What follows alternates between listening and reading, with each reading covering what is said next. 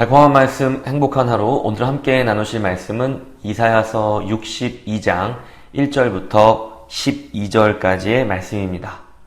나는 시온의 의가 빛같이 예루살렘의 구원이 횃불같이 나타나도록 시온을 위하여 잠잠하지 아니하며 예루살렘을 위하여 쉬지 아니할 것인즉 이방 나라들이 내 공의를 뭇 왕이 다 내 영광을 볼 것이요 너는 여호와의 입으로 정하실 새 이름으로 일컬음이 될 것이며 너는 또 여호와의 손에 아름다운 관, 내 하나님의 손에 왕관이 될 것이라. 다시는 너를 버림받은 자라 부르지 아니하며 다시는 내 땅을 황무지라 부르지 아니하고 오직 너를 헵시바라 하며 내 땅을 뷸라라 하리니 이는 여호와께서 너를 기뻐하실 것이며 내 땅이 결혼한 것처럼 될 것임이라. 마치 청년이 처녀와 결혼함 같이 내 아들들이 너를 취하겠고 신랑이 신부를 기뻐함 같이 내 하나님이 너를 기뻐하시리라. 예루살렘이여 내가 너의 성벽 위에 파수꾼을 세우고 그들로 하여금 주야로 계속 잠잠하지 않게 하였느니라.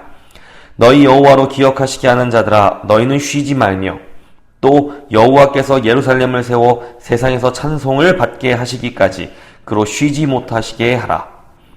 여호와께서 그 오른손 그 능력의 팔로 맹세하시되 내가 다시는 내 곡식을 내 원수들에게 양식으로 주지 아니하겠고 내가 수고하여 얻은 포도주를 이방인이 마시지 못하게 할 것인즉 오직 추수한 자가 그것을 먹고 나 여호와를 찬송할 것이요 거둔 자가 그것을 나의 성소들에서 마시리라 하셨느니라. 성문으로 나아가라 나아가라. 백성이 올 길을 닦으라. 큰 길을 수축하고 수축하라. 돌을 제하라. 만민을 위하여 기치를 들라. 여호와께서 땅 끝까지 선포하시되 너희는 딸 시온에게 이르라. 보라 내 구원이 이르렀느니라. 보라 상급이 그에게 있고 보응이 그 앞에 있느니라 하셨느니라. 사람들이 너를 일컬어 거룩한 백성이라 여호와께서 구속하신 자라 하겠고 또 너를 일컬어 찾은 바 된 자요 버림받지 아니한 성읍이라 하리라. 아멘. 오늘 본문은 하나님의 백성을 상징하는 예루살렘, 시온이 회복할 때까지 쉬지 않으시는 하나님에 대하여 이야기하고 있습니다. 1절에서 나는 이라는 말로 시작되는 이 선언이 하나님께서 말씀하시는 것인지 아니면 하나님의 예언자가 이야기하는 것인지는 분명하지 않습니다. 예루살렘의 회복을 위하여 잠잠하지 않겠다고 선언하는 것이 하나님인지 하나님의 예언자인지는 이 구절들만 가지고는 구분하기가 어렵기 때문입니다. 그러나 한 가지 분명한 사실은 하나님께서는 예루살렘을 회복시키실 것이고 또 그 일을 이루시기까지 결코 쉬지 아니하신다는 것입니다. 그리고 하나님으로부터 사명을 받고 그분의 일을 하는 하나님의 종, 하나님의 예언자 역시도 하나님처럼 그 일을 이루기까지 쉬지 않을 것입니다. 나는 시온의 의가 빛같이 예루살렘의 구원이 횃불같이 나타나도록 시온을 위하여 잠잠하지 아니하며 예루살렘을 위하여 쉬지 아니할 것인즉 이방 나라들이 내 공의를 뭇 왕이 다 내 영광을 볼 것이요 너는 여호와의 입으로 정하시 새 이름으로 일컬음이 될 것이며. 예루살렘을 회복시키는 일을 위해 하나님은 잠시도 쉬지도 또 잠잠하지도 않으실 것입니다. 하나님께서는 모든 이방 나라들이 보는 앞에서 공개적으로 확실하게 자기 백성을 회복시키실 것입니다. 그것은 하나님의 백성 밖의 사람들이 인정하고 고백할 수밖에 없을 만큼의 명백한 회복이 될 것입니다. 하나님은 예루살렘에게 새 이름을 주신다고 하셨습니다. 예루살렘은 그동안 버림받은 자, 황무지와 같은 이름으로 불려왔습니다. 그들이 불려왔던 그 이름만으로도 그들의 상태가 얼마나 어려웠을지 짐작할 수 있게 해줍니다.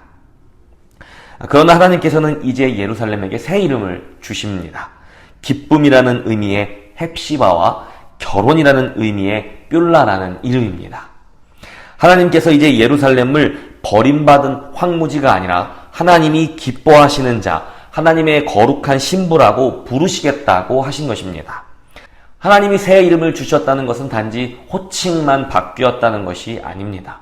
이것은 새로운 정체성을 부여받았다는 의미입니다. 예루살렘은 약속하신 대로 하나님의 왕권에 대한 권한을 공유하는 하나님의 거룩한 신부가 될 것입니다. 오늘날 교회와 우리 성도들에게도 동일한 약속이 주어졌습니다. 우리 모두 어린 양의 신부로 부르심을 받은 성도들이기 때문입니다. 하나님께서는 우리를 끝까지 회복시키시고 돌보실 것입니다. 하나님은 그 일을 위해 자기 신부를 지키는 파수꾼을 세우시겠다고 약속하십니다. 그 파수꾼은 잠잠하지 않고 쉬지 않고 예루살렘을 지키기 위해 하나님께 기도할 것입니다. 너희 여호와로 기억하시게 하는 자들아, 너희는 쉬지 말며 또 여호와께서 예루살렘을 세워 세상에서 찬송을 받게 하시기까지 그로 쉬지 못하시게 하라. 여호와께서 기억하신다는 것은 생각하고 돌아본다, 즉 돌보신다는 의미입니다.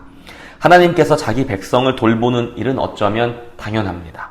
하나님은 졸지도 주무시지도 아니하시고 그 일을 이루실 것입니다. 하나님은 졸지도 주무시지도 쉬지도 않는 분이심에도 이렇게 표현하고 있습니다. 얘들아, 나 좀 쉬지 않게 해라. 얘들아, 내가 쉬지 않고 일하는 것처럼 너희도 나와 함께 일하자 하고 말입니다. 무엇을 위한 쉬지 않는 수고입니까? 무엇을 위한 외침입니까? 하나님의 백성이 회복되는 일입니다. 예루살렘, 하나님의 백성이란 곧 하나님의 뜻, 하나님의 정의를 행하는 백성입니다. 그렇다면 그들의 회복이란 그들의 삶에서 하나님의 정의가 살아나는 것입니다.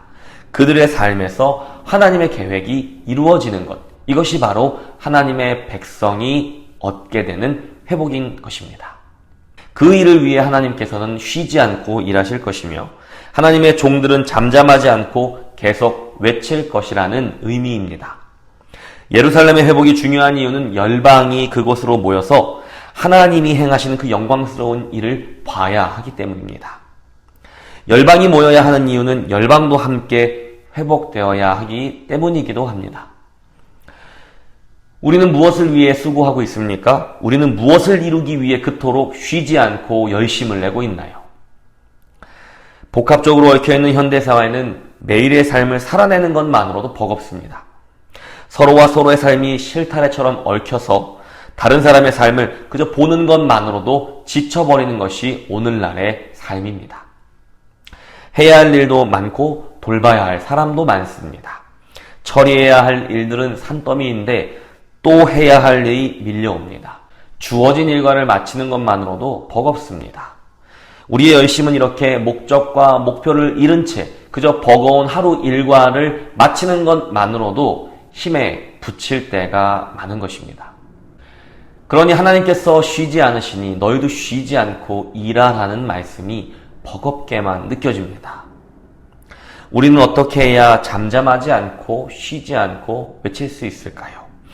어떻게 해야 하루의 일과만으로도 버거운 우리의 일상 중에 하나님의 일을 하는 것에 지치지 않을 수 있을까요? 우리는 버거운 우리의 일상 위에 무언가를 더 하는 것이 아니라 그저 우리의 일상에 새로운 의미를 부여함으로써 그 무거운 짐으로부터 자유를 얻을 수 있습니다. 우리가 만약 우리의 버거운 하루의 일과에 하나님의 거룩한 의미를 부여할 수 있다면 그 무겁기만 했던 무게가 어쩌면 가벼워질 수도 있기 때문입니다. 하나님이 이루실 회복은 열방이 그 영광을 보게 되는 회복입니다. 하나님의 백성이 세상에서 칭찬과 칭송을 받게 하시는 회복입니다. 즉, 믿는 사람들 안에서만 인정되는 회복이 아니라 믿지 않는 사람들 그 누가 봐도 명백한 회복이라는 것입니다. 세상 사람들은 교회를 주목하고 있습니다. 그것이 부정적일 수도 긍정적일 수도 있지만 사람들은 항상 교회와 또 믿음을 고백하는 사람들을 주목하고 있습니다. 그런 세상 앞에서 교회는 또 믿음의 사람들은 결코 잠잠히 있을 수 있는 존재가 아닙니다. 우리는 잠잠할 수 없습니다. 우리는 세상을 향해 외쳐야만 합니다. 목소리를 크게 내라는 것이 아니라 삶으로 보여주어야 한다는 의미입니다. 세상으로 하여금 무언가 다르다는 것을 보여주는 공동체가 되어야 한다는 것입니다. 세상 사람들이 우리를 볼 때, 저들은 무언가 다르구나. 저기에 무언가 있구나. 이러쿵저러쿵 하지만 저기에 뭔가 정말로 다른 것이 있구나라는 것을 세상 사람들이 느낄 수 있어야 한다는 것입니다. 그렇게 세상으로부터 오히려 칭찬과 찬송을 받는 공동체가 되어야 합니다. 그것이 바로 하나님이 이루실 회복이고 쉬지 않고 하나님께서 일하시는 이유인 것입니다. 우리가 24시간 동안 하는 모든 말과 행동이 세상을 향한 외침이 될 수 있습니다. 아침에 일어나 출근길에 만나는 모든 사람 앞에서 보이는 나의 행동, 나의 말 하나하나가 세상을 향한 외침입니다. 직장에서 하는 모든 말과 행동이 세상을 향한 외침입니다. 또 가정에서 자녀를 돌보시는 모든 말과 행동 역시 세상을 향한 외침입니다. 여러분의 가정이 이웃들에게 보여주는 모든 말과 행동이 바로 세상에 외치는 외침입니다. 우리는 실제로 단 한순간도 잠잠히 있지 않습니다. 우리는 어떤 식으로든 세상을 향해 외치고 있습니다. 세상이 과연 우리의 외침을 통해 무엇을 보고 듣고 있을까요? 성문으로 나아가라 나아가라. 백성이 올 길을 닦으라. 큰 길을 수축하고 수축하라. 돌을 제하라. 만민을 위하여 기치를 들라. 본문은 하나님의 백성들이 다시 예루살렘으로 올라갈 수 있는 길을 잘 닦아놓으라고 이야기합니다. 그러나 그 길은 예루살렘 백성들만을 위한 길이 아닙니다. 그 길은 만민을 위한 길, 즉 모든 민족들을 위한 길이었습니다.